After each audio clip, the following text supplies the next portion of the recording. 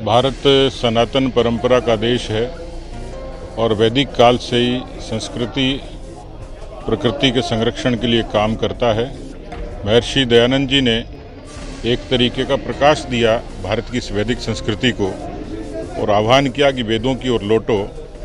आज पूरा विश्व साक्षी है कि किसी भी समस्या का समाधान आरोग्य से लेकर आतंकवाद तक वो वेदों में छुपा है। मुझे लगता है कि परोपकारिणी सभा के द्वारा इस ऋषि मेले का अद्भुत आयोजन हुआ है। देश भर के आर्य बंधु भगिनी एक बार फिर से वैदिक संस्कृति के आह्वान के लिए एकजुट हुए हैं। एक गरिमापूर्ण और उद्देश्यपरक कार्यक्रम रहा।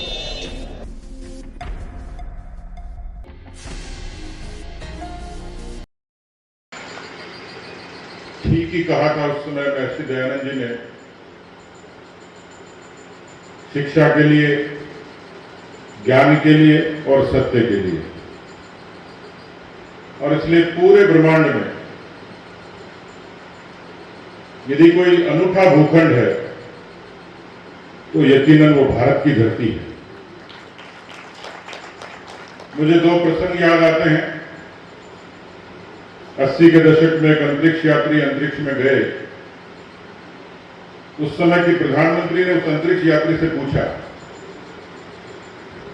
अंतरिक्ष में जाना चुनौतियों से कम तो नहीं है? उस अंतरिक्ष यात्री के जीवन का कोई भरोसा नहीं, क्या विचार चलते होंगे। लेकिन सैटेलाइट रेडियो से जब प्रधानमंत्री ने पूछा कि राकेश शर्मा जी दुनिया कैसी दिखती है, इतनी चुनौतियों के बीच में उस अंतरिक्ष यात्री के मुख से निकलता है, सारे जहां से अच्छा हिंदुस्तान हमारा। एपीजे अब्दुल कलाम साहब से कौन परिचित नहीं है। राष्ट्रपति के लिए जब उनका नामांकन तय हुआ तो किसी मंत्री ने पूछा, कलाम साहब आप दुनिया के सबसे बड़े लोकतंत्र के पहले व्यक्ति बनेंगे तो फॉर्म भरने के लिए, नामांकन के लिए शुभ मुहूर्त क्या होगा? बहुत बेहतरीन जवाब दिया कि भारत की धरती पर पैदा होना ही सौभाग्य है, इसलिए कोई भी मुहूर्त ठीक रहे।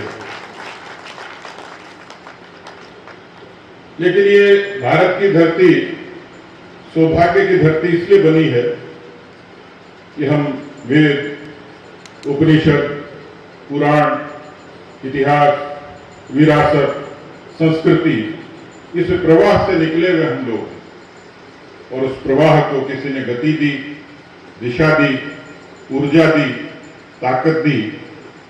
तो महर्षि दयानंद सरीखे वो महापुरुष थे जिन्होंने चुनौतियों के बीच में भी, कुरीतियों के विपरीत, कुरीतियों के खिलाफ इस देश को और इस पूरी दुनिया को वेद की ताकत बताई, वेद की शक्ति बताई। तो आज पूरी दुनिया में यदि कोरोना से लड़ाई होती है तो आरोग्य के लिए वेद ही दिखते हैं। नासा भी कोई रिसर्च करता है तो उसका आधार भी वेद ही होता है।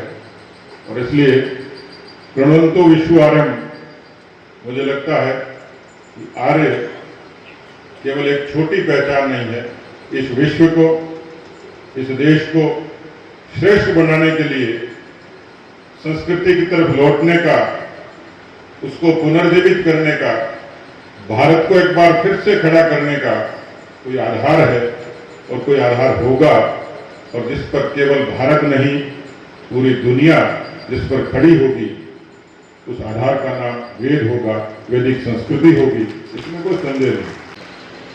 वैसे तो मुझे इस पावन पवित्र जगह आते ही एक बात का स्मरण हुआ। 1992 में इसी स्थान पर अखिल भारतीय विद्यार्थी परिषद की प्रदेश कार्य समिति थी और मैं राजस्थान विश्वविद्यालय में पढ़ाई करते हुए अखिल भारतीय विद्यार्थी परिषद का काम करता था। और यहाँ लगभग 10 वर्षों से काम करने के बाद यही मुझे राजनीतिक क्षेत्र में प्रवेश का तिलक लगाया गया था। तो अजमेर से भी मेरी बहुत सारी यादें जुड़ी हैं, लेकिन इस जगह से, लेकिन अभी मुझे अच्छा लगा, बाबा जी आए और उन्होंने स्वामी जी को टोका कि इस मंच पर राजनीति नहीं होनी चाहिए। मुझे अच्छा भी लगा, थोड़ा बुरा भी लगा। अच्छा इसलिए लगा कि किसी भी स्थान की, किसी मंच की अपनी गरिमा वो रहनी चाहिए। बुरा इसलिए लगा कि मैं राजनीति में हूं तो अछूत तो नहीं हूं,